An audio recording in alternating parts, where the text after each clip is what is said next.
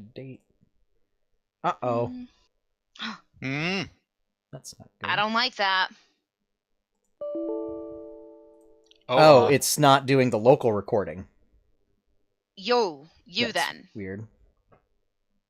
Strange. All right. Well, I'll just pull the recording off of Twitch then. Okay. Because according to this, we're streaming. It's just not outputting local recording, which that's okay. That's a minor inconvenience.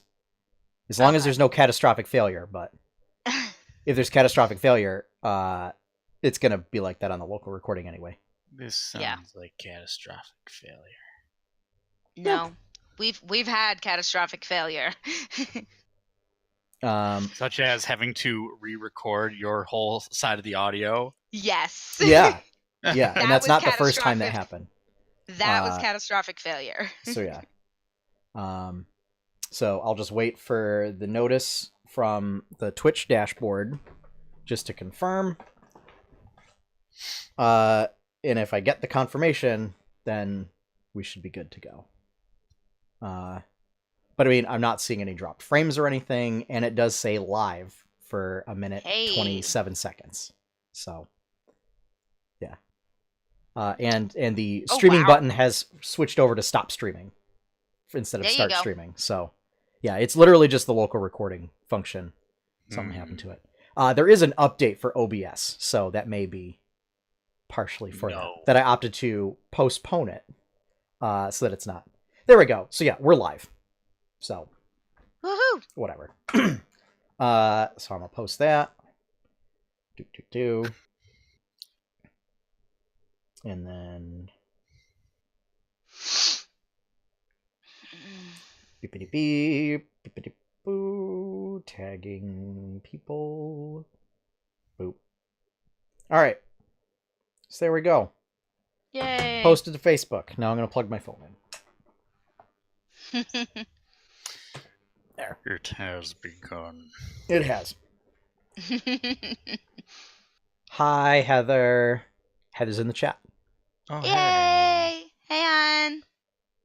Yes, I remembered to not mute myself this time, or to rather to unmute myself from important. Yes. So yeah. Yes. So I decided not to get a Switch yet, but I bought a bike instead. Okay. And now I just I've been cruising around Pittsfield on my BMX bike, and it's a lot of fun. Lame. I have calmed down from good 2 Saturdays ago. Good. Took you good. That's all I'm gonna say is good. I have what happened 2 Saturdays ago? Our game. You happened. Hey, I was not the one who split away from the party. This was Sean, the player's perception of how quickly that was going to be a situation that got resolved was wrong. And oof. Big oof. Yeah. But let's just say that there were thoughts of quitting entirely. Oh wow. Yeah. Yeah, dude. For like a week. Yeah, full week. That was real. Yeah. Didn't help that it then sort of spurred on a full-fledged bout of depression with other things that happened that week. You had a rough week. Yeah. Culminating with Jemmora getting canceled. Yeah. Yeah, well, I was annoyed at that as well. But for viewers of the stream, that is why there will be a special. It won't be a play session, but a world building session. Of just basically me sitting at my computer talking about notes and stuff. But of stuff that has not been discussed yet in game, that may come up at a later date, may come up in a later campaign, and will be available on the podcast feed for our podcast listeners of Tales of Jemmora. So there will be something that goes out on the feed, so that way it's not 4 weeks of no content for people. Yeah. So.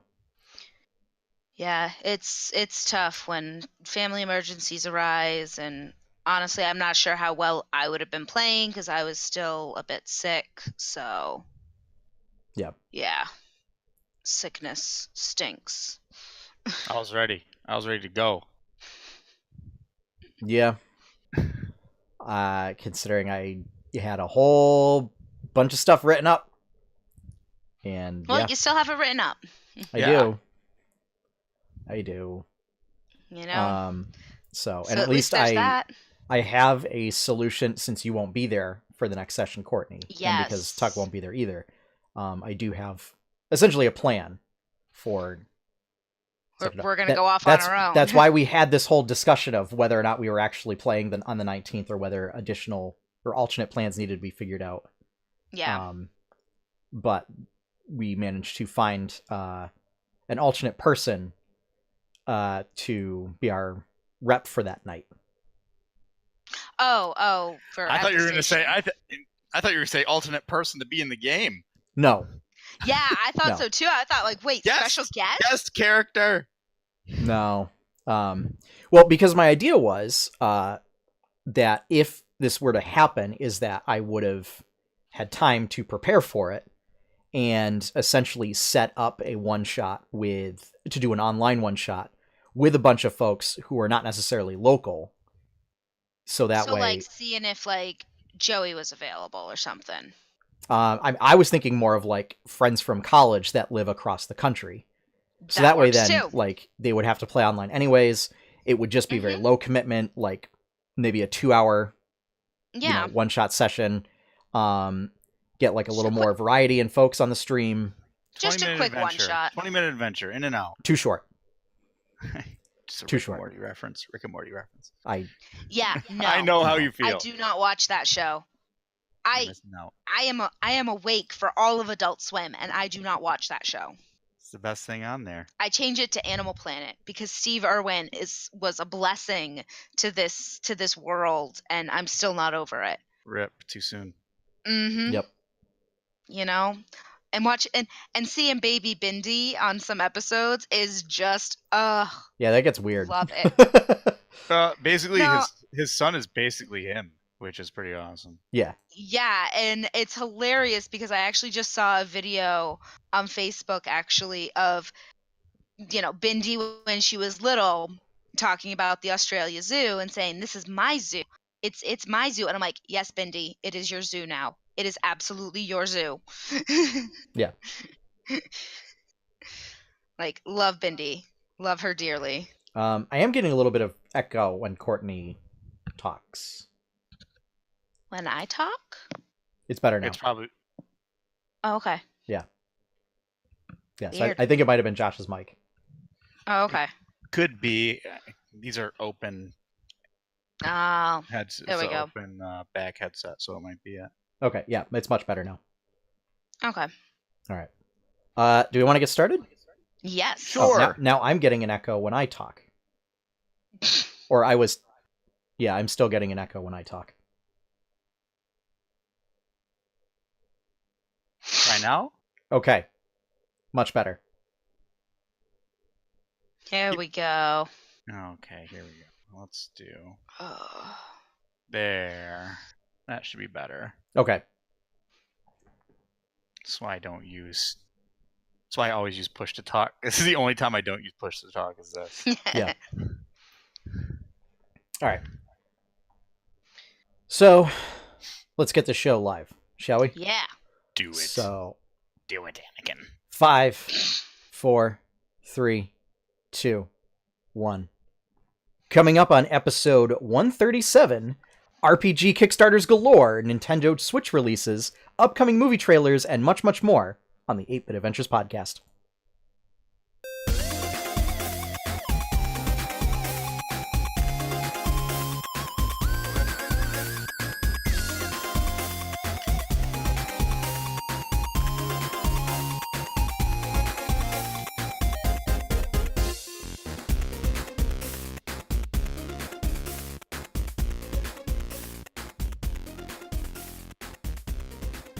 Hello, everyone, and welcome back to the 8-Bit Adventures podcast. We're back after a 2-week hiatus. and we're here to bring you, maybe not the latest, but certainly the greatest geeky news of the past 2 weeks. I am your host, Sean Hayes, and with me are my wonderful co-hosts, as always, Courtney Bolin. Hey, everybody! Complete with Tiny Mouse Companion. Yes. And Josh York. Hey, do you remember the 90s? Do you remember these things? No. Do you know what these are? I don't know Yes, what those are. those things are terrible. They're the best. They're poppers. Those things are terrible. I hate those things. What? Is it candy? No, you throw them and they explode. Yeah, they're basically little Oh. gunpowder things. Yes. Yeah. Okay. Yeah. No, I remember those. Just not that packaging. I don't know if they were in this packaging in particular, but yeah. My parents still give me a stocking for Christmas and put lots of weird little stuff in it, even though I'm a 34-year-old man. And my mom still gives me a stocking. Well, there's like you usually put like a little Lego thing in it and candy and stuff. And I'm that's cute. This is probably because I haven't provided them with grandchildren yet, so I should probably work on that. Yeah, I thought it was funny.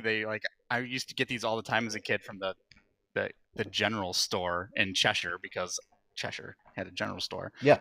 Basically. I grew up with a general store. I grew up with Maine's largest general store. Ours was little. But yeah, and you would buy these poppers, and you would spend 5 minutes throwing them on the ground, popping them, and be like, "Oh, I'm done." Yeah, no, it was the stupidest. I used to have, when I was working in Old Orchard Beach in the bathrooms, I used to have kids throw them into the bathrooms. Sick move. No, that's not a sick move. So they cause trash everywhere, and in an about. entirely no, that building was so loud because it was all concrete. No, I'm so not about that. Blat. So not about that. Yeah, my only worry about this now is if they all go off at once. No, just that people would mistake it for a gunshot. Or something. They wouldn't. People aren't bright. Oh, that's right. They didn't grow up in Maine where they can tell the difference between gunshots and fireworks on 4th of July. It's a relic of a past age. Yeah. It's certainly not a more refined age. I'm with Sean on this one. The 90s were pretty sick. I'm still with Sean on this one. Sick is not a synonym for refined. We didn't have more elegant weapons in a more refined age in the 90s. No, it was all skateboards and GAC and ecto cooler. Oh God, GAC! Yes, all that you just named the top 3 things mankind's ever created. What was that third one? Ecto cooler. I never. Do they still make that? No. I think they made it as a special promotion when Ghostbusters was re-released. Yeah, they did it as a throwback, but other than that, it's not actually available. And then people remembered, oh wait, this wasn't actually that great. It was basically I don't know, some kind of weird lime blue raspberry high C mixture. I think. I don't actually know what actual flavor it was. It was just green. It was just green ecto cooler. It was just ecto cooler. It's just whatever. It's just like how things taste purple. Yeah, purple does not taste like a grape. No. Not at all. Everything that's grape does not taste like it's also the thing is, there's so many different flavors of Gatorade now that the novelty of it's green is gone, because you can get 47 different colors of Gatorade. Yeah, that have real flavors. Exactly. Yeah, so there's blue. When I was a lad, it was just blue. It wasn't light blue. It was just blue Gatorade. No, there was also the sort of yellowish green. That was the base Gatorade color. Yeah, yellow Gatorade was normal Gatorade. Yeah. Yeah. That's what we always had at football games and football practices and stuff. Yeah. We always got the yellow Gatorade. Yep. And it was better because it was the powdered mixed Gatorade, not that crap you get in the bottles. So it was way richer in taste. Also, those bottles are non-refundable. Why? I don't know. It's not carbonated. Oh, is that the thing? What does that have to do with plastic? Refundable versus versus recyclable. It's you're recyclable, but it's not but refundable. it's not yeah. Like I can't take it to Stop and Shop and get my deposit back. I guess because I never paid the deposit in the first place, I presume. Exactly. Yeah. It's stupid in Massachusetts. I'm sorry. Maine has everything is returnable or refundable. Like sports drinks, water, everything. Where here in Massachusetts, if it's not carbonated, it's not returnable. Or if it's not like alcohol. The important bit is this: that as long as it's recyclable, you do that. That's the important. I mean, it is still recyclable. Yeah. I was just, for whatever reason, thinking refundable and recyclable were synonyms, which they are not. Nope. Yeah. And then we won't get into that because I'm sure there's some people that are like, oh, we shouldn't have to pay a deposit on it and have to deal with getting money back. Yeah, we won't get into that. I could probably name some individuals that would make those arguments. Yeah, QQ is what I have to say. Won't call I have an Adams Ruins Everything for that one, so yeah. Because there is an Adam Ruins Everything on that. Yeah. So I guess in most recent news. Today, there were one very successful Kickstarter, RPG Kickstarter ended. I think early tomorrow, another very successful Kickstarter ends. And then just to coincide with our Critical Role updates on their Kickstarter, that ends in 8 days, I think. So I thought to include them all in the show notes, because the previous two are projects that I saw particularly pick up a lot of traction once the Critical Role Kickstarter got really big, and Matt Mercer in particular wanted to start uplifting like other projects, sort of with his platform. So the first one is called Swords Fall. This is the one that ended today. I think the Kickstarter was for like $2,000 and made, I want to say something like 100,000. It is. I just need enough money to go to Staples to make copies of this book I made. So Swords Fall. Swords Fall. RPG setting. Yes, it's Afro. Jack, my idea. This was going to be it still is going to be in my homebrew or something like that. Yeah, they made $120,000 out of a $2,000 goal. Yep. Pretty good. So it's Afrofuturism. So it's focused on sort of futuristic African settings and Afrocentric settings, as opposed to Eurocentric settings, which is what you typically see in a lot of Western-produced games. Yeah. So I know when Black Panther came out, a lot of people were pointing to that movie as a big example of Afrofuturism. Yep. Unfortunately, I couldn't grab the plethora of other examples that some friends of mine shared as, well, this is not a new concept. But this is kind of, I guess, one of the biggest recent successes, showing that this is a setting that people would like to see and that there is room for it. Yeah. So, unfortunately, because the window is ended, like you can't go support it any further. But one of the questions that I will be having is, will this be available like for retail sale, either, on the website or, in stores or something? Because I would like to get a physical book. I just know the bundle that they were doing. There is a pre-order button on their Kickstarter. Okay. And I'm waiting for it to load. Well, I just know I can't pre-order it right now because I have a bunch of Kickstarters that are ending. Yeah, but no, orders on Swords Fall.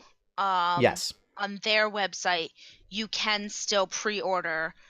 Okay. For the according to being able to click on it and everything. Yeah. It's $50 for the hardcover Azorian edition. Yeah. What I mean is I'm hoping that once the Kickstarter project goals and products and everything get shipped out. Oh, if there's going to be sort of retail production, even if it's on a small scale or on an independent,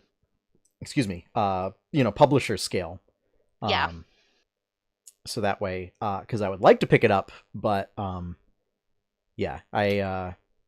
couldn't really spend another X amount of dollars when I found out about it after a bunch of other Kickstarters. So yeah. Yeah. The other one that ends tomorrow, Thursday. Yep. So there's still time if you're watching this live. Is Humblewood. This is more of like a fairy tale type setting, featuring all little bird people. Yeah, it looks and little adorable. forest animal people. So if you ever wanted to play basically Star Fox Fantasy with like tiny like pygmy owl knights and hawk rangers and raven sorcerers, or mouse rogues or deer knights, fighting.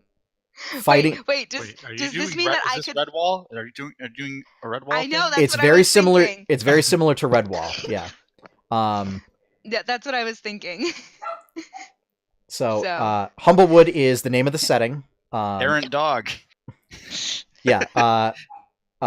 My fiance is coming home soon, and so there may be errant dog noises coming from the beyond.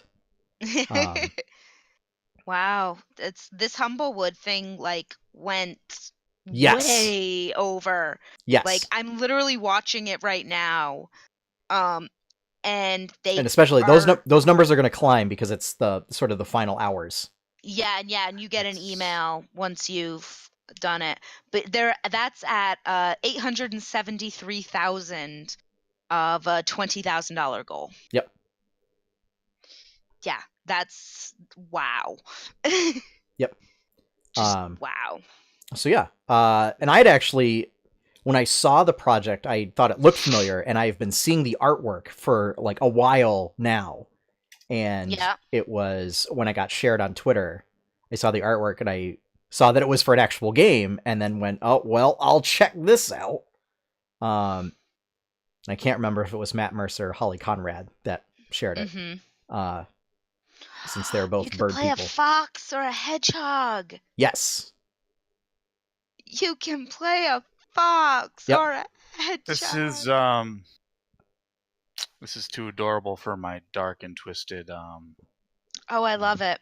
Yep. I'm so in love with it. I would do horrible things to these creatures in my campaign. Yes, because you're a horrible person in your campaigns sometimes. I guess the sort of like main. So there are kind of like two main driving forces. One is almost like a political unrest between the humble folk, who are basically the non-bird people, having been driven out of their homes from sort of wildfires and fire elementals that have burned out a section of forest, which is kind of the other big issue going on, and resent the bird folk because they haven't been affected by it because they don't live on the forest floor. Oh. And have turned to banditry to survive. The humble folk have started to turn to banditry to survive. So you've got sort of two overarching elements there. But yeah, I thought it was very charming. Absolutely loved it. And found out about it a while back. You know what I'd use it for? I'd use it for like really young kids. Oh yeah. That's what I would do. Yep. I'd say like kindergarten, first grade age kids, like 5, 6, 7-year-olds. Yep. And I would it does build off. 7-year-olds are in second grade, but yeah, same deal. So it is a 5e setting. Not all. Most. But yeah. So that's something to keep in mind. That it's not like a standalone system, is that it still builds off of 5e. Yeah. Which I'm not sure about Swords Fall. That might actually be. It looked like it was its own system. Yeah. Yeah, it might be its own thing. So yeah. And then finally, just a CR Kickstarter update. Courtney. 9.3 million. Okay, 9.3 million. It did reach. On Tox Machina last night, it was revealed a super secret stretch goal that may or may not actually be a thing, but purportedly at $10 million, one CEO of Critical Role, Travis Willingham, apparently said he was willing to let them live stream him going through a haunted house. Is he the actual CEO? He is, in fact. He is the CEO of, I guess, Critical Role Limited or Critical Role Incorporated or whatever it is. Whatever they want to. Yeah. Critical Role LLC. Interesting. Yeah. Yes, he is the CEO. That's awesome. Yeah. That's just makes me more excited. I get so excited. Yeah. All of the CR. I'm finally caught up. Nice. Except for this past week's, which I need to watch, but yes, you do. Yeah. Yes. Yeah. Why were you? What was with the emotions? I feel like you posted something about emotions after watching it. It was I believe our friend Heather and I were both watching it. It was a very emotional episode. Was it? Yes. Oh yeah. Yes. I'm not gonna. I don't know if I'm gonna watch it at work tonight or like start it before I go to work or something. It's emotional in being wholesome. We'll put it that way. Okay, good. I'll take that. Spoilers, not heart-wrenching tragedy. Shucks. I think I know what's gonna happen. Yep. Oh. So. Oh, that makes me sad. Yeah. Also, they announced Tox Machina, I think, is either going to start being a podcast with this episode that was this week. They're going to do it in podcast format. I think I remember them saying something about that. Which is probably why they had interruptions from almost the entire cast. So, yeah. But moving on. Yeah. A couple different movie trailers. I didn't know a lot of them in the show notes. But the first one is a Joker film. Hey, Joke Man. Yeah. Joke Man. Yeah. Was this announced at all? I'm excited for it. Yeah. Okay. Been talking about interested it for a while. in it. Okay. I'm excited for it. I'm not. I am. I was Joe Quinn Phoenix. Yes. No, I was raised as a DC child, so like I'm good with this. I'm excited with this, and Joker is right up there. You know? I don't know how I feel about taking a character like the Joker and attempting to humanize I don't know. as an excuse for what he ends up becoming. Yeah. I don't know. Is that what they're doing? Yes. Yes. I was just like, this is a weird trailer. from the trailer, it's pretty obvious that is what they're trying to do. Yeah. I also think there's just been too much Joker in like the past decade. What about? I mean, we all know.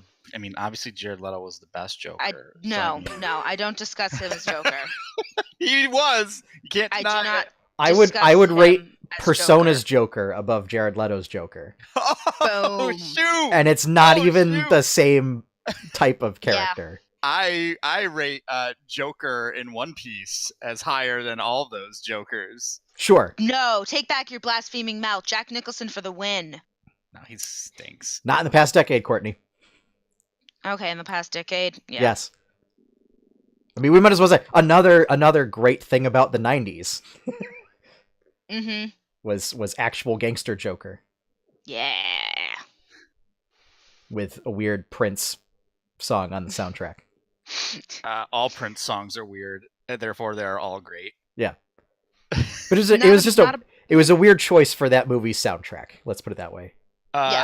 Also, Batman Returns, I think, has the best song. Is that the one, Kiss from a Rose? I don't know. The best Batman song, Maybe. Definitely. Arnold Schwarzenegger, best villain in a Batman movie. Jim Carrey, a close second. Oh, that's not Batman Returns. That's Batman and Robin. Yes. I think. I know. I'm just labeling all the best things about Batman. I can't remember if it's Batman and Robin or Batman Forever. Oh, Batman Forever was a flaming dumpster pile. Actually, it might be Batman Forever. I mean, Batman and Robin was too. They were all bad. But like, which one's the one with the penguin? That's Batman Returns. I saw that one in theaters when I was like 4 or 5. I was young. That's a little too young for that movie. Yeah, I remember going with my cousin. That's the penguin bites a guy's nose off. Yes, it's like the end of that movie is pretty dark. Yeah. That whole movie's pretty gruesome. Dark. Yeah. Yeah, maybe that's why I'm the way I am. And then Penguin goes underground and ends up in Philadelphia. I like to think that is just the actual canon continuation of that character's story. Yeah. That's why he has all that money, never makes supply. Yep. Yeah. I think. But no, I'm excited. I think it'll be interesting because Joaquin Phoenix is, I think, a weird guy IRL.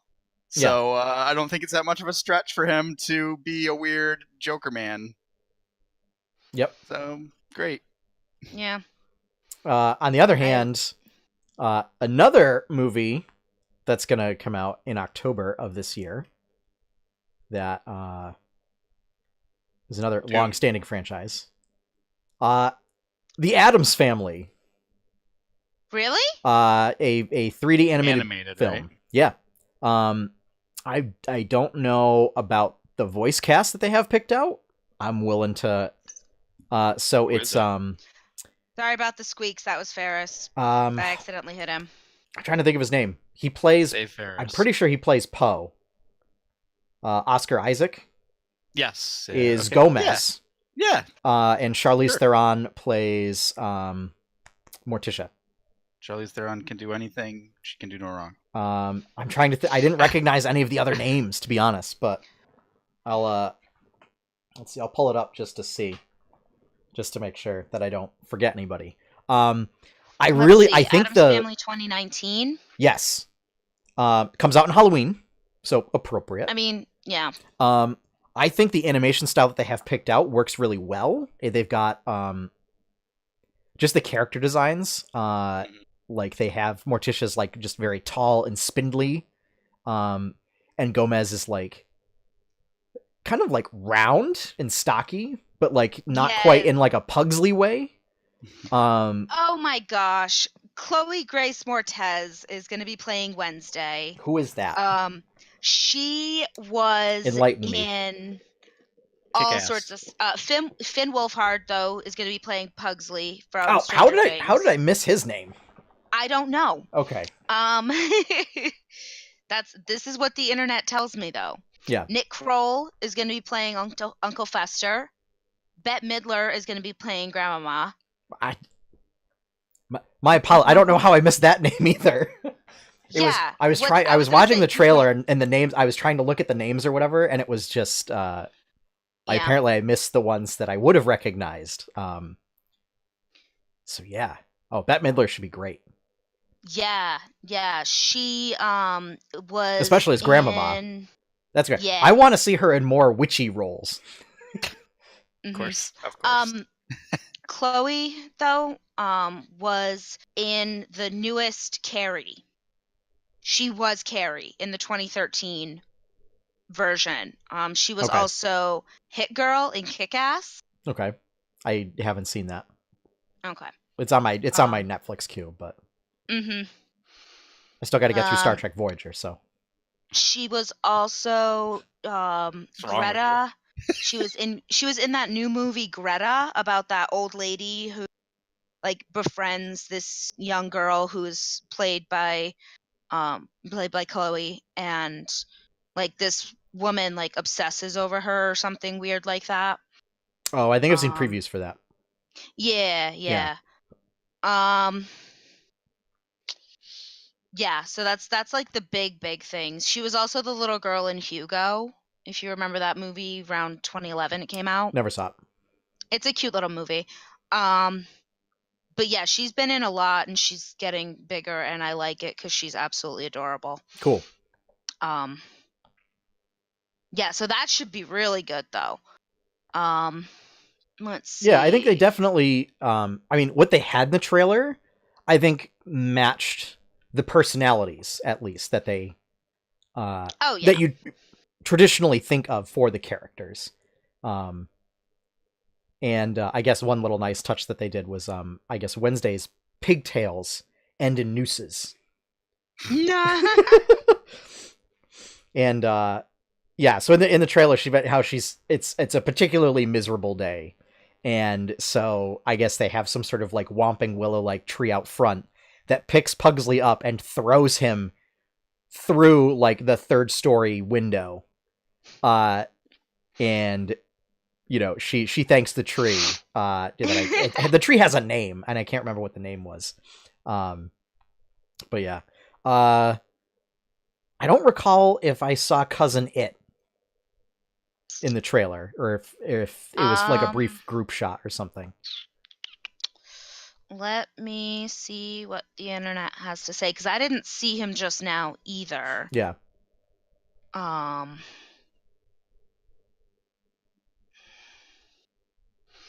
Let's see. Gomez. Uncle What's hard for me Fester, now is like after Despicable Me, I have a hard time parsing out between Uncle Fester and Gru. And it kind of makes me want to have like a Steve Carell Uncle Fester. Let's see. Even though, because I think, isn't that Christopher Lloyd in the live action films? He's Uncle Fester? Yes. Yeah. They do not have Cousin It. Okay. Not that it's a very pivotal role or character. No, but No. 0 out of 10 don't see this movie. They have Thing. How dare you? And Thing is the most important character. Is Thing just the sentient hand? He's the hand, yeah, the sentient hand. Yeah. Yes. But yeah, so that is scheduled to be released on Halloween. October 11th, actually. Oh, October 11th. Okay. Yes. Oh, why'd they say Halloween then? I don't know. It was Weird. previously set for October 18th, so the week later, but they moved it back a week to maybe they avoid went competition Halloween with Disney's Maleficent, Mistress of Evil, Because that's according to gonna do Wikipedia. well. I think this movie's going to do far better. Yeah. It's Addams Family. Duh. Yes. Best The other movie's parents Maleficent. ever. I went to see the first Maleficent in theaters. Yeah, I wasn't too thrilled with I it. think in 3D too. Oh God, you paid for 3D? I didn't have much of a choice. Has never gone to a 3D movie. You're not I don't missing like. much. I don't like 3D movies, exactly. but I know I'm not missing anything. That's why I've never. but I wear glasses, so like double glasses doesn't really work. Courtney, did you and I see the Force Awakens in 3D? I think because that was the only thing that was. I think it was, we went to see it in available. 3D on opening night. Yeah, I think that's because it was the only show like available. Still don't like 3D. No, I don't like it. Usually, Sean, if you and I go to the movies together, we don't go and see it in 3D. We watch it in regular. No, 2D. because I hate 3D. Exactly. I've also decided Force Awakens is the best Star Wars movie. My opinion. That's clearly Ewok's Adventure. Of course. No, I really like Force actually- Awakens. I love Force Awakens. I just watched Solo this past week while I was sick. Solo's good. Yeah, I like Solo. It was solid. enjoyable. Yeah. It's solid. It was on Netflix, so I was like, okay, I won't pay to watch it, but I'll I watch feel like it the on problem Netflix. is like It's newer Star Wars definitely films. better than Rogue One, Scott Adams. Oh snap! I think, as we've talked about before on the show, like I really think that it just came out in a saturated Well, time. it came out in a very saturated time. It was not promoted well either. It was not promoted well. It No. came out way too soon. Yep. And now that there's been like a year and a half, there's going to be a year and a half in between like the next one instead of a year. Yeah, I don't know. Or like if they felt like it wasn't done, like, I don't know, just delay it for a year or so. Yeah, I don't know. There's a lot of questionable things regarding the timing of its release that I think they could have avoided. But I think, Disney kind of shot itself in the foot with its own properties. Yeah. Since it was competing with Endgame. Yeah. Or not Endgame, Infinity War, sorry. I was going to say Infinity War. It's still competing with Endgame. Yeah. Yeah. No, it was competing with Infinity also, War, which why would you even do that? Why? Yeah. And did you guys see that the local theater here in Pittsfield, the Beacon, is actually going to be open for 30 hours? Are they doing a Marvel marathon? Yeah. Well, they're doing it for Endgame.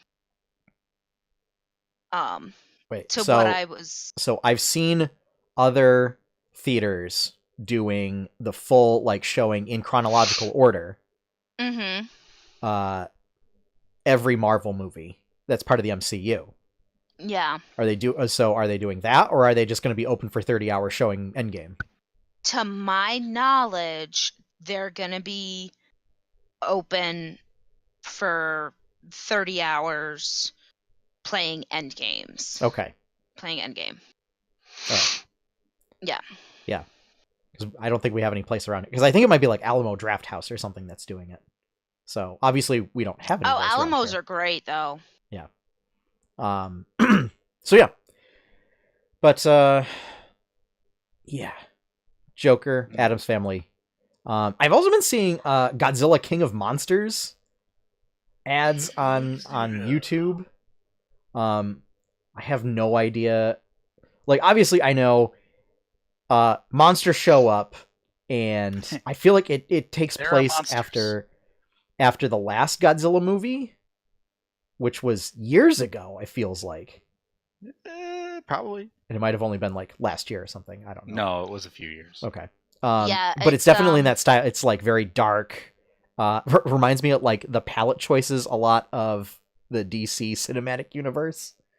I also feel like the premise of the movie is climate disaster. Only the monsters can save us from climate change. Release them. From the trailers, I'm like, is this what's happening? I don't think so. Oh no, they're out of control. We need Godzilla to fight all the monsters. Oh, Godzilla King of Monsters. So maybe that Ghidorah shows up, and it's always a bad day when the three-headed space dragon of death and destruction shows up. And so, but also Mothra and Rodan. And that's a bad time. There better be Mechagodzilla.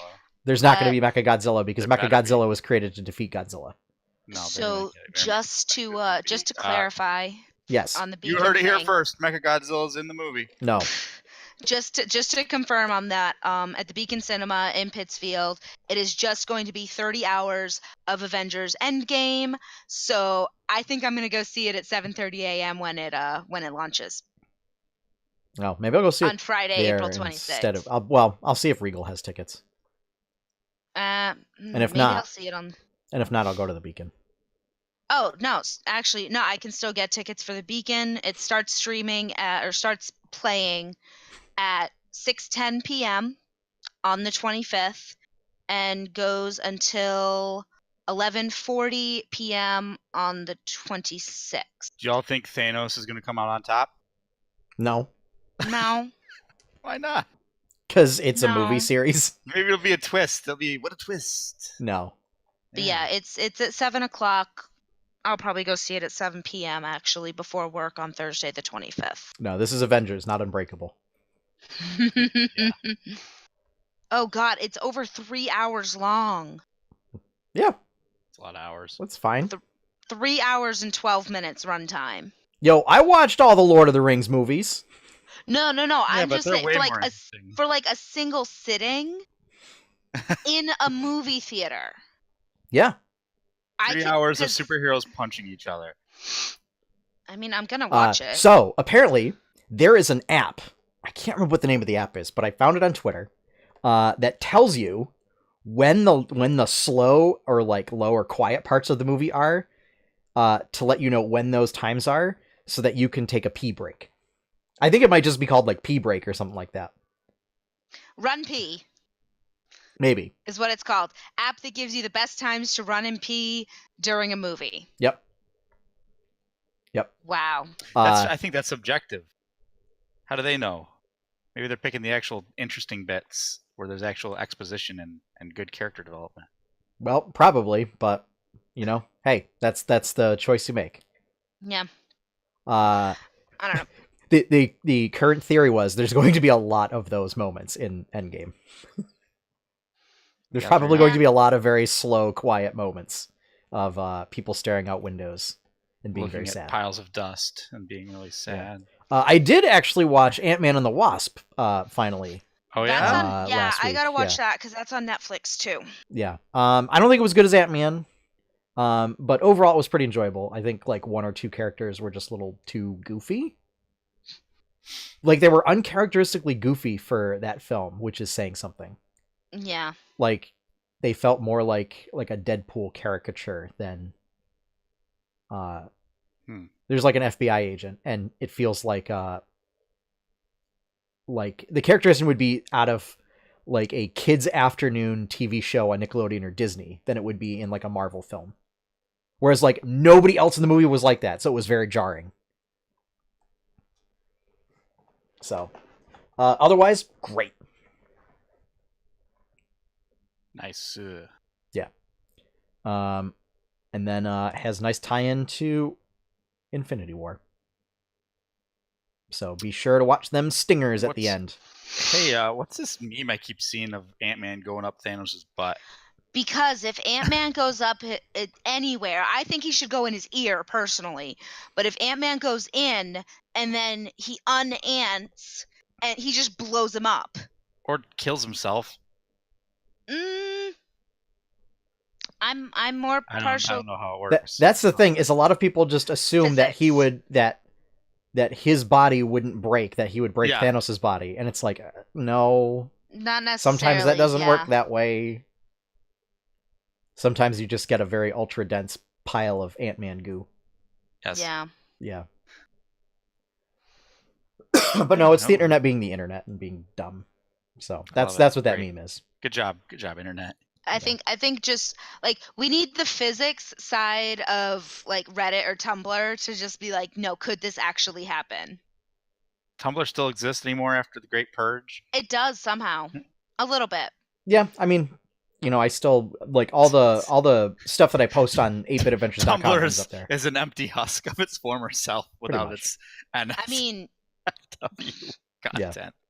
I mean, that's like if they took all the explicit stuff down off of DeviantArt. It's like, really, dude? Yeah, all that really furry stuff, man, they'd have nothing. Yeah. It's fair. That's a fair assessment.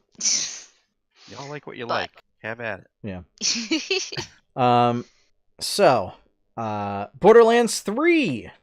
We got a trailer and release date. Some controversy as well. Controversy. Review bombing in particular of like the re-release of Borderlands 1 as a protest for Borderlands 3. Because I believe it's an Epic exclusive or a timed exclusive. Yeah. So if you want it on Steam, you're going to have to wait. Because the Epic Game Store will get it first. In the end, it is stupid, but it's not that big of a deal. You get the Epic stupid store and you download it. Yes, it really doesn't matter. You just have an extra software that you tell to not run on startup. Great. Yeah. It's like, I wonder how these people feel about the Blizzard launcher. It's annoying. You know? I think Blizzard launcher's annoying, but whatever. But that's only because there's only one game I play on it, so that's why. I guess it's also a bit different because like it's pretty much just Blizzard games and like one or two Activision games. And you have COD on there and Destiny. Yeah, Activision. But yeah, I mean, whatever. I'm just glad there's a Borderlands 3. Yeah, Borderlands 2 definitely in my top 5 of all time games for sure. Borderlands 1 was Borderlands 1, and I don't know how Sean feels about it. Borderlands 2 just totally fixed everything narrative-wise and made it awesome. What did you think of the pre-sequel? It was just Borderlands 2 with another skin, which was fine. And like, so, I mean, they just had some different characters to play, which was fun. That's part of the playing a new Borderlands, is trying out all the different characters and seeing what they're like. And I'm sure, like they did with Borderlands 2. Here's the other awesome thing about all of Borderlands 2's DLC was awesome. Every DLC was great for Borderlands 2. They were all fun. They added 2 or 3 new characters in their DLCs. and they were all fun to play. So that's one of the things I look forward to with Borderlands series. Like once I play through it, I know there'll be new characters to play as. There'll be fun DLCs. The voice acting's always on point. I don't like shooter games, but I love Borderlands just because to me it doesn't necessarily feel like one. It feels more akin to Diablo than a shooter for me, as far as like what dopamine hits I get out of it. Yeah. Here's one of the other reasons why I won't play Borderlands 2 is because since I didn't care about spoilers, I read some of the plot elements, and they took my character from Borderlands 1 and then killed off his pet. Oh yeah, as a major plot point. It was this good. John Wick? So in the first Borderlands, there's a character who's basically a ranger. He's basically a sniper, and he has a bird, and he is overpowered. Super overpowered in the first game because you make the build where the bird just flies through everybody and stuns them. Yeah. And you have free reign, which is great because that's how I played him. I didn't play him as sniper. I played him as dual wield revolvers or something like that, or whatever. I played him pistols instead of sniper. But anyways, he has this bird, and then in the second game, all the player characters come back as NPCs in 2, and they're the ones who give you all the missions. Yeah. And then at one point, like the bird gets kidnapped, and then mutated into a giant monster. They basically give it the ooze from Ninja Turtles. Yeah. And you got to fight it, and as it turns into this like giant monster bird, and you got to kill it. Yep. Yeah. Spoilers for a game that came out in 2013 or 2012. Someone just pets. Pets are nothing but trouble. I'm telling okay, Monty. Dude, I'm telling Monty you said that. Are you trying? Hey, one of our friends is going to make this No. See, one of our friends is going to make this podcast a drinking game, and every time that you say something, Josh, that makes them facepalm, they are going to take a shot, and you are going to decimate them. People get drunk. Good thing I don't drink, so have fun, everyone. I know the wedding's going to be a very my wedding's going to be a very unusual place. Is there going to be alcohol at your wedding? There will be. Yeah. But like most of at least my side of the wedding party probably won't be having any of it. Yeah. I'll have and most people that I'm inviting probably won't. I haven't had a drink in about a year. Yeah. And I figured why not keep the streak alive? Why not? It's Yeah. Yeah. Maybe your wedding I'll have one or two, but I don't know. Who knows? I don't know. I may just say, whatever. Cash bar. It's not open. Not bar. open? Come on. No. I don't blame you. That's expensive. That's expensive. That is very expensive. It's expensive to have a cash bar, to have an open bar. Yes. Oh yeah. Yes, it is. Yeah. Yeah. So. Borderlands 3, September 13th. I'm gonna take a personal day. It's a Friday. Oh, you have decided that? Yeah, right within the. Hey, if you work in a Pittsfield school district, don't you tell my principal what I'm doing. You have personal days for a reason. I don't think they're meant to be taken for video game releases. Well, I mean, it is a personal day, though. And it's also within the first 3 weeks of school. I think it's actually the second Friday of school. Yeah. I'm awesome at my job. So, yeah. So yeah. Let's see what else we got here. So this was requested from one Matt Tucker. Yes. Seraph on Tales of Jemmora. That there is a new mobile game announced by Wizards of the Coast for Magic the Gathering called Valor's Reach. I checked it out briefly on just the write-up. Looks like it's some sort of like dueling, like Planeswalker kind of game. Mm-hmm. But it's not just like Magic. So. Oh, Magic, you say? Yeah, you can stop flashing your deck of cards that you're just gonna punch holes out of. Yeah. I'll do it again on stream. Oh my goodness. So yeah, be sure to check that out. Like I said, it's like some sort of dueling Planeswalker kind of a game. I think there's a set of Magic cards coming out that's going to be just Planeswalkers or something. Yeah, there's a new, it's like War of something, and it's basically, so, the story goes that apparently there's like this big dragon that's like one of the oldest beings in the universe called Nicobolus. Nicobolas. Yeah. Oh, yeah. He has finally found his way to Ravnica to take over that plane, and the other planeswalkers that are supposed to protect the planes have all gathered to try and stop him, and that's what's going to happen. Great. And it's big and it's epic because it's Ravnica, and it's all super urban. Great. Interesting. That means a lot of nice art that I can hole punch if it's going to be all planeswalkers for nice stuff. And it'll all be fairly common. Yeah, it's like if Smaug was like kind of cosmic deity level, and then tried to invade Coruscant, and all the Jedi were also wizards. They are wizards. Jedi are literally, but like real wizards, not like, you know, I cast telekinesis and jump. and that's the limit of my powers. And if I'm evil, Witch Bolt. Yes. Yeah. Hey, there's force push. There's other stuff. That's telekinesis. I don't know. That is literally what telekinesis does. Nope. Yes. That is one of the powers of telekinesis. It's the they're not mitochondria, midichlorian. Not the powerhouse of the cell. Yeah. So, his mitochondria. It's through the roof. He's the chosen one. It's mitochondria. Yeah, sure. And then, we forgot this bit of news. When speaking about Kickstarters and pre-orders and everything, the Acquisitions book, kind of one of the first officially licensed third-party books for Dungeons and Dragons, is available for pre-order in both hardcover format and on D&D Beyond. So this will be sort of considered like official, even though it is a third-party book. It's meant to basically provide information about Acquisition Incorporated and how to add it to your own game. Nice. Including, it's got some character options, it's got new spells, some NPCs will be detailed in there. So I don't think it's anything that replaces like base classes so much as it's like ranks within the organization. So it's like extra benefits you get from leveling up within the organization, using like faction rules.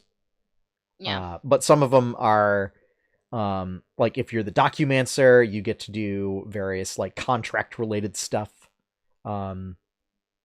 But that might involve like sending messages to places or being able to read different scripts. There's a bunch of new roles that have not been seen on an Acquisitions Incorporated stream. 4 of them to be precise. And yeah. I was really interested in it. So I pre-ordered a copy.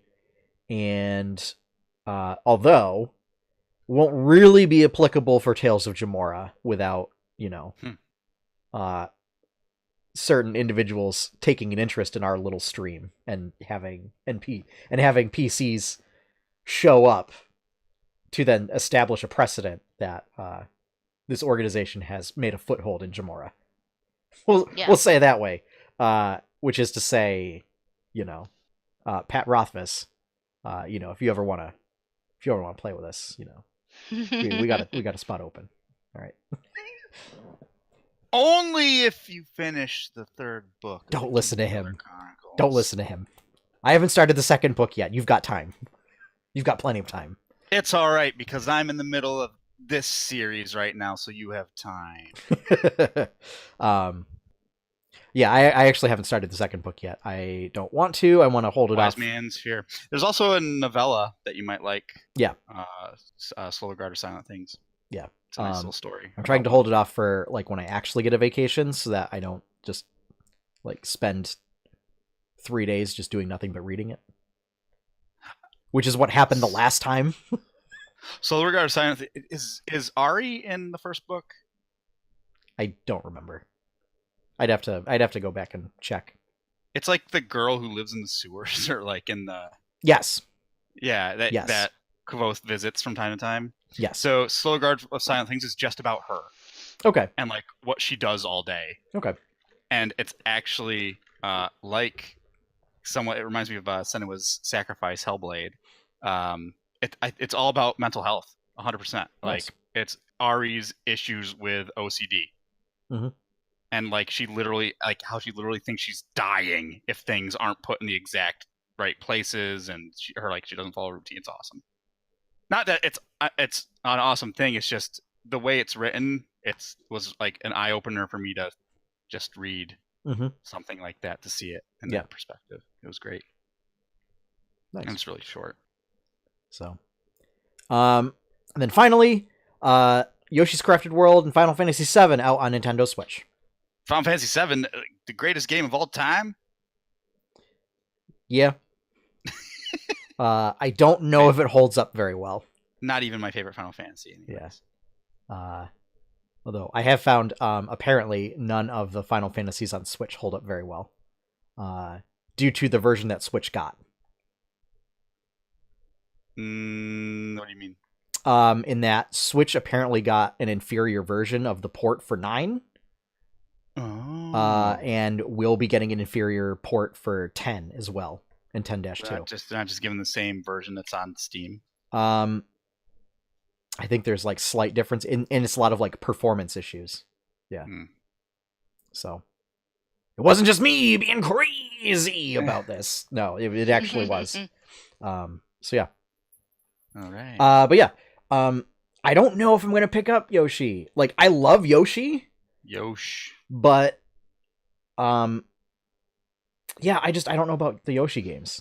Because they're just, like Kirby. Like, I love the characters, and I love, like, what the games are about and everything. But the difficulty level is just aimed at such a much younger audience. Yeah. And then, like, the difficulty comes in, like, doing collectible runs, and it's like, That's not what I want my difficulty to be, because I don't want to go through and do 100% on, a game where I could speed through it in like 2 hours. If I really wanted to, I'm sure. Like Yoshi's Story. Which, like, that was great back in the N64 days. And I had time to just go back and run the levels over, like the 15-minute levels over and over and over again. Yeah. Because I was in, middle school. But these days, no. Yeah, I mean, those, I guess just as I got older, those games lost interest to me, because when I was a kid, that's just what you had. It's like you got whatever your parents got for you, right? Yeah. So like it was platformers, Mario games, stuff like that. And that's a lot of what those earlier games were on the NES anyway. Just as I got into my teens and I started getting my own money and buying my own games, and I started finding RPGs and things like that, I just kind of... Yeah. Well, and the tough thing was Yoshi was branching out into being like a highly technical platformer that required a lot of skill to play. And then Yoshi's Story came out, and the entire series did a 180 and just went in that direction. So Yoshi's Story basically kind of killed what the Yoshi franchise was turning into from a Yoshi's Island perspective. Yeah. So yeah. But they make for amazing, adorable little amiibo plushies. That they do. There is that. Yep. Silver linings. Yeah. And plus, I mean, if I'm looking for something over the summer, I may go back and pick it up. But yeah. But yeah, I don't think I'm going to pick up Final Fantasy VII.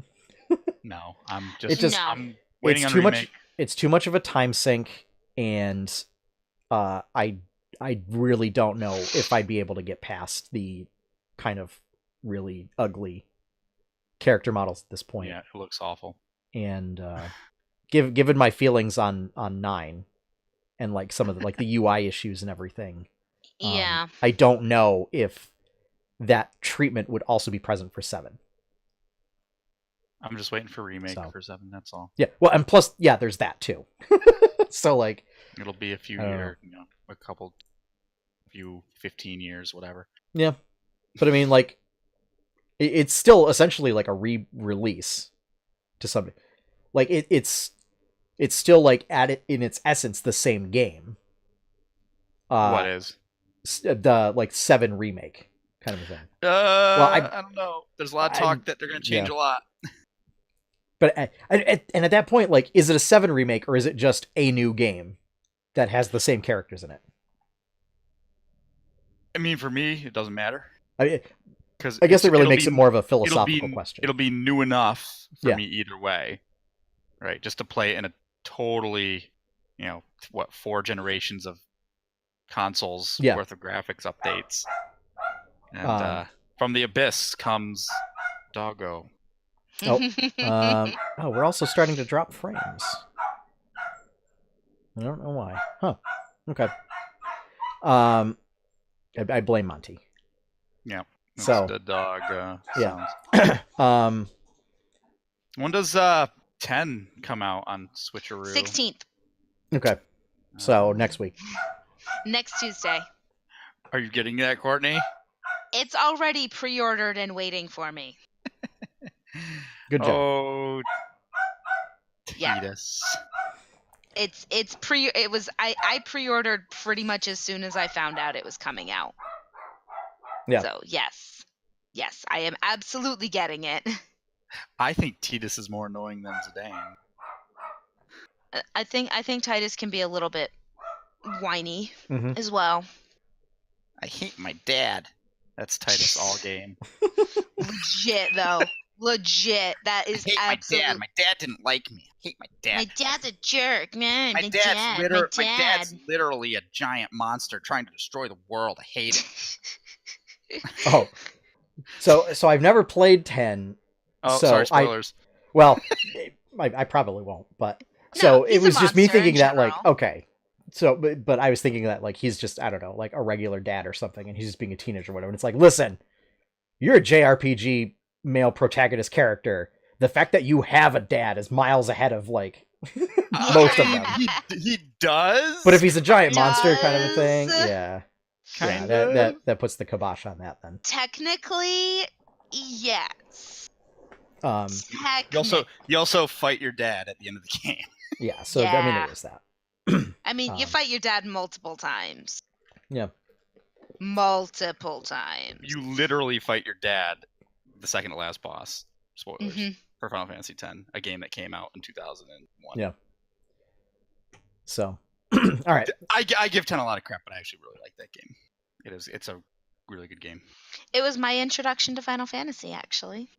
It's great. The colors, like it's so bright and colorful, and the whole island theme is good. Yeah. And Blitzball. It's good. Come on. Blitzball. Eject shot. You gotta use the eject shot. So that's gonna wrap up. And Waka's racism. Waka's racism. Yeah. On that note, that's gonna wrap up the news for this week. Yeah. Now let's get into boobs. Belts. Boobs. Yes. Guys. Sorry. Moving on. This week in 8-Bit Adventures. So, as we mentioned at the top of the show, to make up for not having Tales of Jemmora last week, a special world building stream on Friday at, I believe, 8 p.m. It's going to be a short stream, like just 1 hour, and where I will be discussing some of my notes and thoughts on some previously unreleased content. There was a hint posted on Facebook, on the 8-Bit Adventures Facebook page the other day. So if you have any questions or comments or want to talk about it, be sure to join that stream. It'll be right here on twitch.tv/8bitadventures on Friday at 8 o'clock. Yeah. So yeah. And if you want to find out what that hint is, go check out the Facebook page. Yes. So, I was excited and a little bit scared when I saw it. Yeah. So I was trying to do my own artwork, and painting wasn't going over so well And I was like, well, I'm not going to paint this. So I'm just going to find something that accurately represents it. Yeah. And then I did. So there was no art stream this week. I was sick. So sadly, no art stream. There was this past week a Berkshire Bites episode.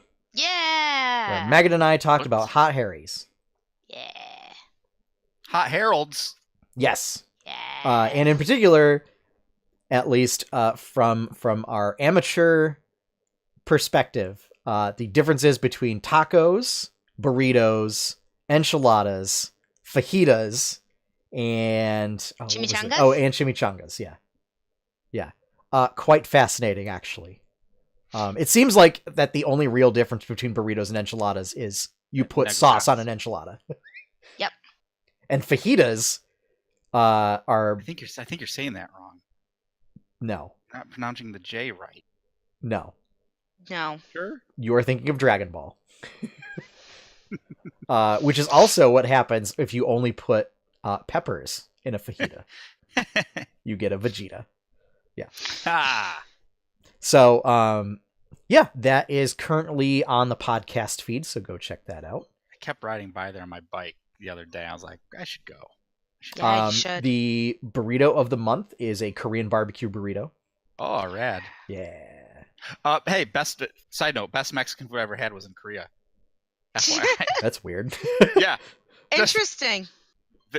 The city I lived in had so Korea really likes to mix food from different like cultures and yeah, fusion. So Yeah. wait, I was gonna say. So there were fusion? 2 Mexican places in Jeju City where I lived. One of them was like Korean Mexican fusion, which was awesome. It was really good. Yeah. But then there was one like legit, just straight up Mexican place. Nice. I talked to the owner one day because he spoke really good English. He was like, "Yeah, I lived in Texas for like 3 years, and I learned how to make Mexican food down there." So I came back here and opened a place, and it was awesome. So cool. Sorry, I digress. So yeah, 8-bit game night. I switched gears. Oh, I see what you did there. Played a little Mega Man 11. That is Mega going Man. to be. We're gonna finish that up on this week's 8-bit game night stream. As I did a poll. Courtney was the only person that voted. Courtney voted for Mega Man, so I played Mega Man. I didn't see thought Final you would Fantasy have 9, fun with so I didn't vote. That's so we'll get to that in quest log. So Yeah. I thought you would have fun with that. You needed something fun. yeah, and then when I finished that, so I really am enjoying Mega Man 11. So I am playing on like casual mode because I'm not good at Mega Man. But yeah, I actually enjoy the fact that like they make different modes for people of differing skill levels. And basically like what they want to get out of it. So like if I decide to go back and be like, okay, I want a little bit more of a challenge, I can keep increasing the difficulty and going through. But I mean, it's just straight up classic Mega Man style play. It's, robot masters, you pick which levels you go to. It's a lot of the same stuff, but the fact that they add speed gear and power gear really adds an element of gameplay to it, I think. Nice. Also trying to figure out which boss counters, like which boss's weapon counters which other boss was really interesting. And to find out like which ones I got right so far and which ones I got wrong were pretty neat. Nice. Yeah. Yeah, so there's Blockman, who's like basically the chump guy. There's Acid Man, Fuse Man, who's basically like your Electro, like Spark Man, Quick Man type thing. Tundra Man, Torch Man, Blast Man, Impact Man, who's basically like Spike Man. It's all like jackhammers and like just long spears. And Bounce Man, which is a big old balloon. That weapon is gross and overpowered. Bounce Man. Where you shoot multiple bouncing balls that damage enemies when they come into contact, but they also bounce when they hit the edges of the screen and keep bouncing. It's gross and it's overpowered, and I love weapons like that. It is the equivalent of rocket launchers in whatever FPS game you're going to play. So yeah, I'm really digging it. I'm looking forward to finishing it up. I mean, the art style's great. The voice acting is it's okay. It's a little disjointed at times. In a little like kind of we'll say maybe like late 80s Saturday morning cartoon level. Before cartoons started getting really good. Ah, okay. Like, it's more like on the He-Man side than like the Ninja Turtles side of things. So maybe early 80s Saturday morning cartoons. But yeah, it's really good. I mean, it was like, what, $20 or something to pick up, so I definitely recommend it. Yeah, it's pretty cheap. And then when I finish that, I'll be streaming Hollow Knight. Yeah.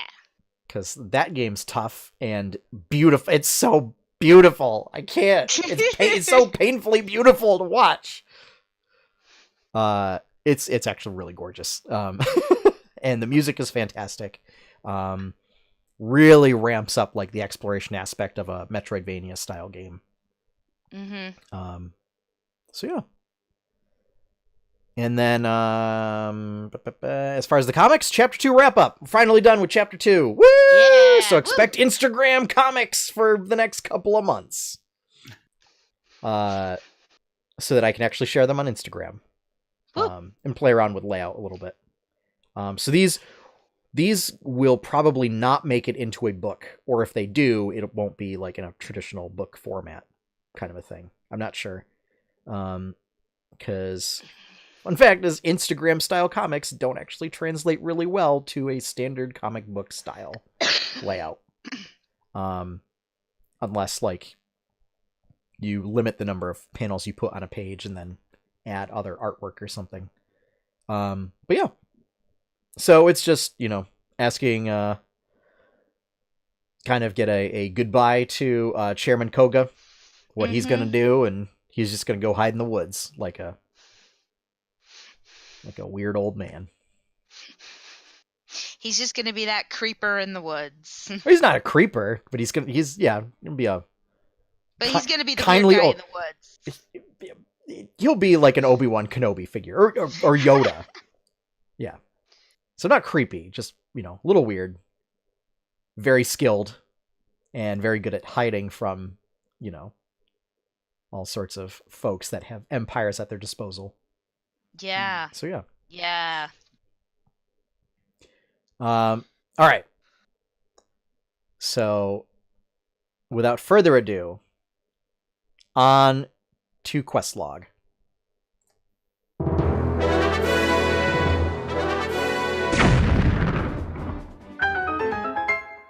Okay. So, Final Fantasy IX, our progress report. Yeah. Possibly disappointing for Josh. Man. So probably. So I have here start of disc 3. Was that information outdated, Josh? Have you progressed further beyond that? No, I stopped because I knew I'd be so far ahead of everybody. That okay. In the clear. So Courtney, how far have you gotten? I had not gotten any further. My final projects, I'm trying to really focus on them for school, unfortunately. So I have not gotten to do anything further. And you were still in the big city with the other king. I don't remember the name of the city. Lindblom. Well, I was gonna say Lindblom, I think. Okay. Yeah. I got to the point where you switch over to Garnet and Steiner, and they're undercover. And then I saved the game, and then I put it down, and I never played again. And I really asked myself. I had a who is it? Marie Kondo moment. Yep. And does this bring joy to your life? Does this bring joy to my life? Does this make me happy? And the answer was after 12 hours of gameplay, no. So I am not going to pick it back up again. Oh. I mean, generally, I was enjoying the game. I just, unfortunately, school has just gotten. I'm in that final push right now, and so I really need to just like focus and and be non. Yeah, what sealed the deal for me was after playing both Mega Man and Hollow Knight for like an hour each, and I went, yeah, these games have grabbed my attention more than Final Fantasy has in 12 hours. Yeah. So yeah, I gave it a fair shake. It's the equivalent of like 12 hours into it. It's the equivalent of a full series on Netflix. Let's put it that way. Yeah. So, yeah, I just couldn't do it anymore. So unfortunately, Final Fantasy IX fans, yeah, I won't harsh your mellow. I honestly don't know if I'll finish it. I was honestly just playing it to play along with you all. Yep. I beat this game before. Yeah. And that's the thing. I mean, I've never played it before. Years ago, or and I've heard like that no matter what port version you're playing, is that they all are terrible compared to the original version for the PS1. Well, and I also wanted to try all the mods to make it look visually better. Yes. Which it does a million times over. Yeah. It looks great on the Steam version when you add the background mods and everything. Yeah, apparently the Steam version is the best version once you start adding like oodles of mods to it to make it. There's only 2 mods I have on. Yeah.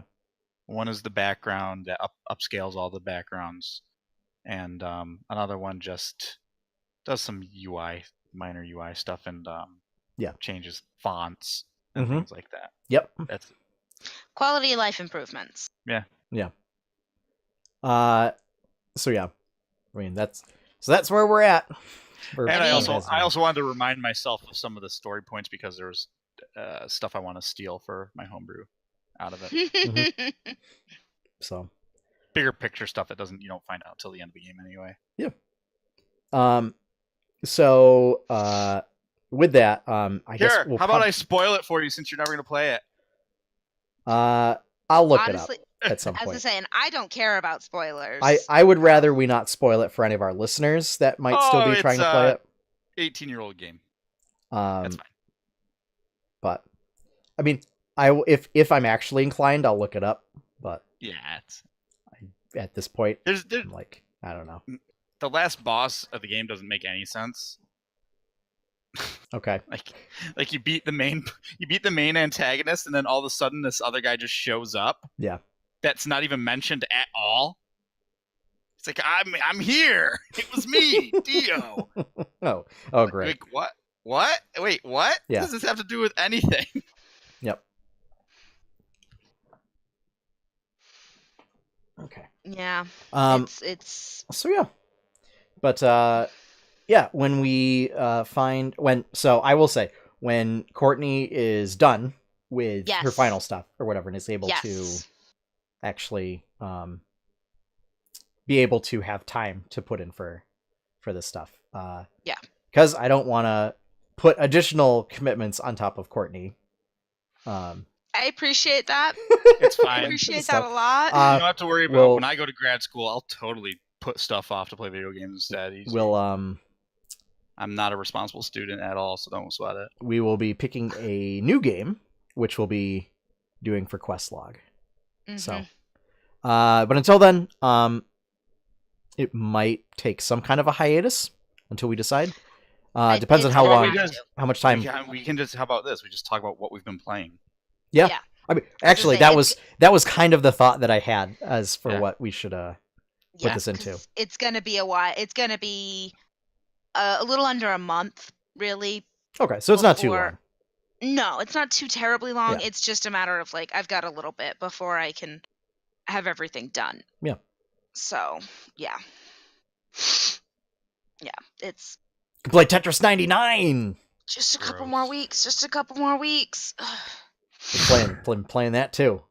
I want to play. I really have an MMO itch right now, and I want to play something, but there's nothing on the market I'm interested in as far as MMO goes. I've actually thought of trying Elder Scrolls Online just to see, because there's no subscription, it's just buy the game and play. Yep. I'm like, I could do that. I think it's one of those where there is a subscription to it, but it's just like you get extra stuff. Kind of a thing. Final Fantasy 14 was fun, but like I did everything. Like I did the stuff. I did all the raids and everything. Let's play Monster Hunter. I don't know if that's for me. I don't know. Oh, that's relevant. I finished the story for Monster Hunter World. You beat the big massive mountain dragon thing. That's actually nowhere near the final boss. Oh, I thought it was like whatever, the giant volcano dragon thing. No. Some kind of alien egg cocoon dragon. Whoa, thing. That's way better. What? There's aliens? Yeah. That game just got weird. Maybe I will play. Yeah, it's Xenogears twist. It's called Xenojiva. Oh my god, of course. Yep. What? It fires lasers. Beautiful. Yeah. I'm into lasers. Lasers and are and rad. it's a multi-phase fight in which it fires lasers at you. Yeah. It's basically like Bahamut, where that kind of like laser breath radiant attack kind of a thing that leaves lava on the ground everywhere. Yeah. Yeah, we'll see. I mean, we'll see what comes out. There's nothing really on the horizon as far as like new games I'm looking super forward to either. We do have like E3 in a month. I was gonna say E3, and I think that's why everything's later been quiet. this month or early May. I think it's May. We've got a lot of stuff Most launching of the then. stuff talked about at E3 is going to be released not this year. Well, I mean, maybe not relevant for you, but I think there's a lot of Nintendo stuff that's going to be released this year. Mentioned. Oh yeah, there's that mech game and the weird mech game, Animal Crossing, Pokemon. Nope. Whatever that platinum game was. Oh yes. They've been running ads for it on Facebook a lot. The weapon system is called Legion. Awesome. That one's right up your alley. Yep, that's my game. So maybe then I'll get my Switch. I think, and also this is just a personal life thing, I'm going to make an effort to be outside more this spring, summer, and fall. Yeah. I don't know. Me too. There's like I have 4 games coming out that I am excited for. And they are all coming out this month. Actually. Yeah. 2 of them, obviously, Final Fantasy XX2 and Zodiac Age. And then Will, A Wonderful World, which is a narrative game with a lot of puzzles in it. And I love me a puzzle game. Yeah. And then the other one is Opus Collection, or the Opus Collection. And so that's a game it has 2 different games in it. Okay. And it is The Day We Found Earth and Rocket of Whispers. They're both about kind of they're other like adventure puzzle games, and they are about like finding the earth and like repopulating it and not like doing other stuff out in space, and they just look really awesome. Okay. And I love some puzzle games, so I will be picking those up because Zodiac Age, Will, A Wonderful World, and the Opus Collection all launch on April 30th. Nice. Are those all games you're getting? Yes. Oh, I have Zodiac. I didn't finish it, but again, Final Fantasy 12 is a game I beat in 2007, 2008. Yeah. But you liked it, right? Oh, I love it a lot. I just stopped because I literally overleveled myself and became so overpowered. Everything was trivial, and I got bored. That's the reason I stopped. And I'm like, I already beat this game. I know what happens. So I just stopped. It looks really, really good. As an HD remaster, because it already looked pretty good on the PS2 as it was. But upscaling it up to PS4 levels, it looks awesome. It's such a good game. Oh, and you know what? Courtney, I'm excited. Isn't there some, like, I thought there was some RPG from Capcom, like an older RPG from Capcom that's being released on Switch soon, right? It's Dragon Dogma? Dragon's like Dogma. It's the one where it's like That kind of open world-ish. Dragon's Dogma. That came out in 2012. Yeah. Yeah, but it's I think it's being released for Switch. I like that game a lot. Yes, Dragon's Dogma Dark Arisen. Yes. Or Arisen. Is that this month? Whatever. I am loading it up right now. Okay. For some reason, I keep thinking it's this month. That game is really good. I like it a lot. This item will be released on April 23rd. There we go. 2 weeks. 2 weeks. Yep. So. So yeah, so that's also coming out. How do I describe it? That game is kind of like Monster Hunter, kind of like Dark Souls. Yeah, I guess Monster Hunter, Dark Souls, kind of. But you have not difficult like Dark Souls. But you have classes and skills, though, right? Yes. Yeah. And so that's the thing. You create a NPC that follows you around, and you can recruit NPCs that other players create to come in and join your party. Yeah. So that's the thing is cool. Like Monster Hunter, there's no classes. Yeah. And there's no skills either. Yeah, I'm just trying to like describe how the game felt to me. There's skills, but they're passive. So they're more like just passive traits for Monster basically Hunter. Get quests to go kill monsters. Yep. And the gameplay is kind of like a Souls-ish style, as far as like the speed and the way the weapons swing and weight and feel and all that. Yep. It's fun. It's a cool game. Nice. I only stopped because my class became crap at endgame. Like there were literal fights that you almost couldn't even do because if you were melee, you couldn't hit certain things unless you had ranged attacks. And your AI companions weren't always bright enough to do that for you. Hey, it's almost like D&D. You're playing a paladin. Fine. I mean, fine. Here's where that's fine in D&D, because your other players, your other PCs are smart enough to figure out what to do and will do it most of the time. AI in a video game not incredibly bright, and not giving player agency enough to complete a mandatory function of gameplay is not fun. Oh no, I know. Yeah. Even if you just gave me a throwing axe or something, one little thing to like hit whatever the things I need to do to make the boss vulnerable, that'd be great. But you just don't have anything. Yep. Yeah. That was just there was an opportunity to take a dig at you, and I took it. I don't care. I know I know Jacobin's role. It's what it is. What it is. Jacobin's role is as long as he can reach the enemy. Yep. Time to make long-range siege enemies. Just you're fighting trebuchets.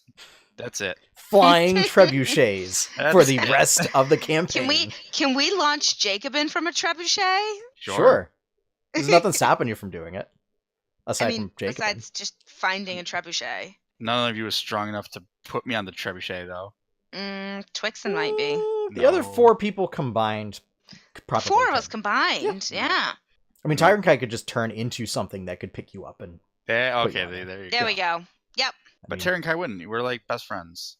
Are you? No. Are you really? No, not even He's close. My best friend. No. He's my best friend. No, Tyrankai never forgets. It's not like May and Twixen. Yeah. No, Twixen is Jacobin's best friend. By far. Now, what that says about Jacobin's perception of his reality is another story. Yeah.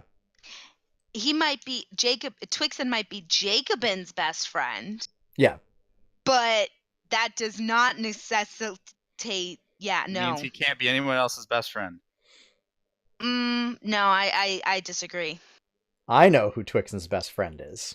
But... Lantern. Okay, well, all right. You guys said it, not me. So, yeah. Like, we the know Kraken. that. Oh, gosh. No, it's not the Kraken. It's not the Kraken.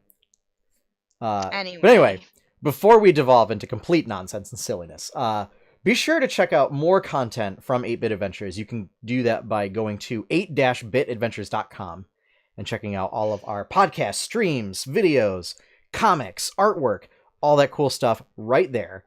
If you want to follow on social media, facebook.com/8bitadventures and at 8bitadventures on Twitter.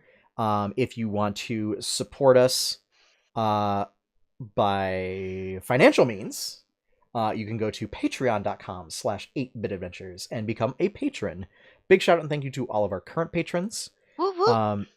It's because of you that we're able to do shows like Berkshire Bites. So thank you for that. Our opening theme is One Up by Professor Shy Guy. You can find his awesome work at professorshyguy.bandcamp.com. With that, folks, we are tuning out for the night. So have fun, happy gaming, and enjoy your pie cake. Bye, everybody. Have a wonderful week.